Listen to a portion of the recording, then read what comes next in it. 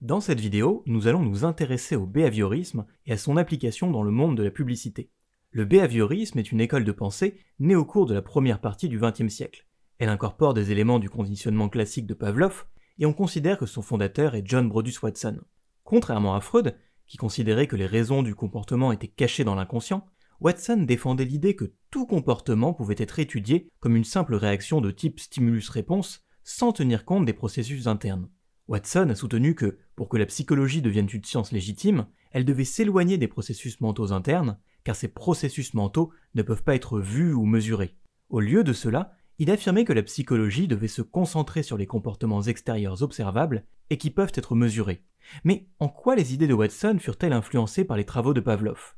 Selon Watson, le comportement humain, tout comme le comportement animal, est principalement le résultat de réponses conditionnées.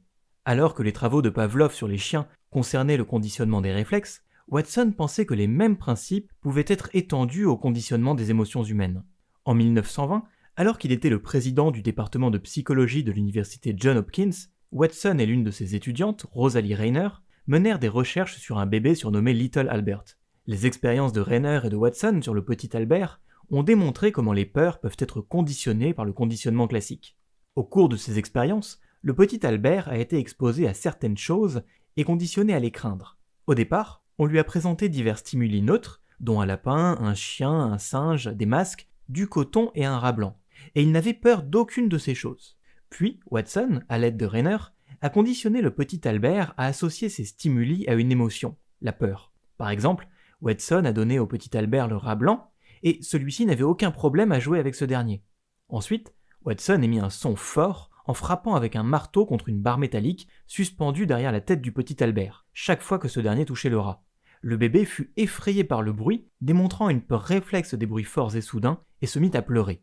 Watson associa à plusieurs reprises le bruit fort au rat blanc, et le petit Albert finit par n'être effrayé que par le rat blanc. Quelques jours plus tard, le bébé fit preuve de généralisation du stimulus. Il commença à avoir peur d'autres objets en fourrure, dont le lapin, le manteau et même un masque du Père Noël. Watson avait donc réussi à conditionner une réaction de peur chez le petit Albert, démontrant ainsi que les émotions pouvaient devenir des réponses conditionnées. L'intention de Watson, dans cette expérience très cruelle, était de produire une phobie, c'est-à-dire une peur persistante et excessive d'un objet ou d'une situation spécifique, par le seul conditionnement, contredisant ainsi la théorie de Freud selon laquelle les phobies étaient causées par des conflits profonds et cachés dans l'esprit. Au final, la mère du petit Albert a déménagé, mettant fin à l'expérience. Cependant, si les recherches de Watson ont permis de mieux comprendre le conditionnement, elles seraient évidemment, et heureusement d'ailleurs, considérées comme contraires à l'éthique selon les normes actuelles. Donc maintenant que nous avons vu le principe central du behaviorisme, ce principe peut-il s'appliquer dans notre vie de tous les jours ? Comme on peut constamment le voir, les publicitaires sont des pros de l'application des principes de l'apprentissage associatif. Pensez aux publicités de voitures que vous pouvez voir à la télévision. Nombre d'entre elles présentent des situations attrayantes. En associant ces situations à la voiture faisant l'objet de la publicité, vous en venez à considérer la voiture comme désirable. Mais vous vous demandez peut-être si cette technique publicitaire est réellement efficace. Selon Cialdini, dans un article publié en 2008, les hommes qui ont vu une publicité pour une voiture comprenant un mannequin attirant ont par la suite jugé la voiture plus rapide, plus attrayante et mieux conçue que les hommes qui ont vu une publicité pour la même voiture mais sans le mannequin. Plus encore, avez-vous remarqué la rapidité avec laquelle les annonceurs annulent les contrats avec un athlète célèbre à la suite d'un scandale ? Pour l'annonceur, cet athlète n'est plus associé à des sentiments positifs.